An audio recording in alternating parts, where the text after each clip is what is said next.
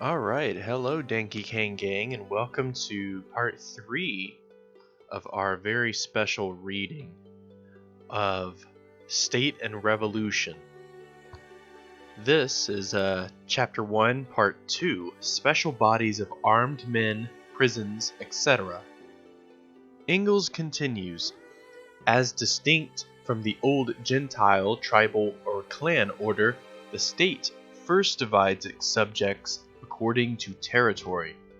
This division seems natural to us, but it costs a prolonged struggle against the old organization according to generations or tribes.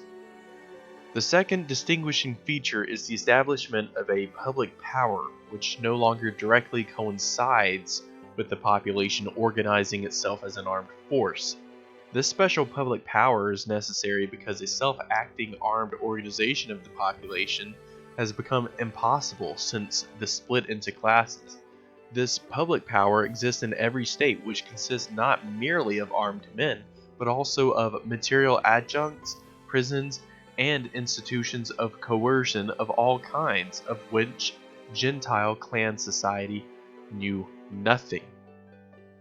So, Engels elucidates the concept of the power which is called the state, a power which arose from society but places itself above it and alienates itself more and more from it. What does this power mainly consist of? It consists of special bodies of armed men having prisons, etc. at their command. We are justified in speaking of special bodies of armed men because the public power, which is an attribute of every state, does not directly coincide with the armed population, with its self-acting armed organization. Like all great revolutionary thinkers, Engels tries to draw the attention of the class-conscious workers to what prevailing Philisteinism regards as lengthy words of attention, as the most habitual thing, hallowed by prejudices that are not only deep-rooted, but one might say petrified. A standing army and police are the chief instruments of state power, but how can it be otherwise? From the viewpoint of the vast majority of Europeans of the end of the 19th century whom Engels was addressing, and who had not gone through or closely observed a single great revolution, it could not have been otherwise. They could not understand at all what a, quote, self-acting armed organization of the population, end quote, was.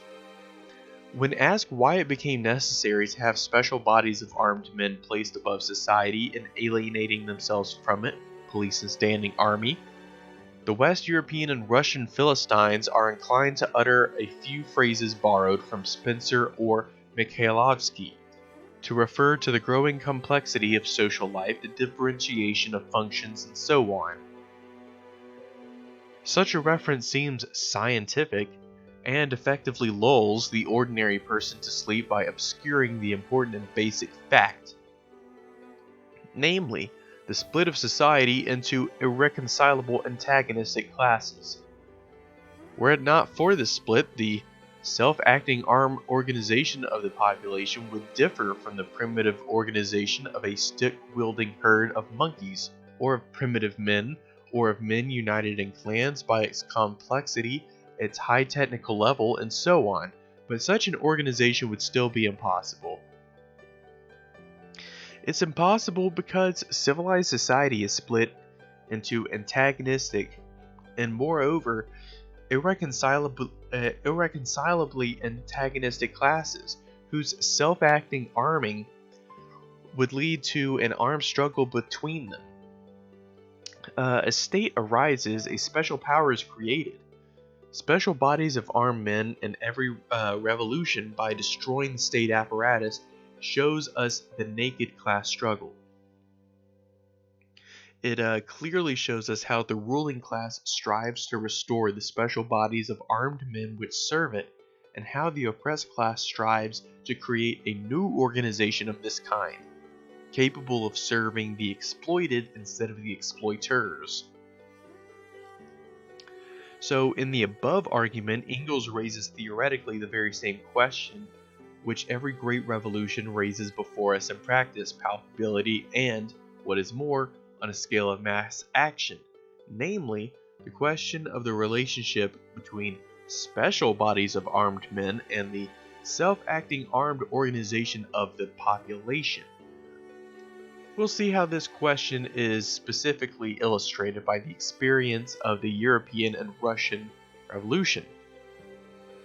But to return to Engels' exposition, let me get a drink of water. It says, the public power grows stronger. However, in proposition, as class antagonisms within the state become more acute, and as adjacent states become larger and more populous, we have only to look at our present-day Europe, where class struggle and rivalry and conquest have tuned up the public power to such a pitch that it threatens to swallow the whole of society and even the state.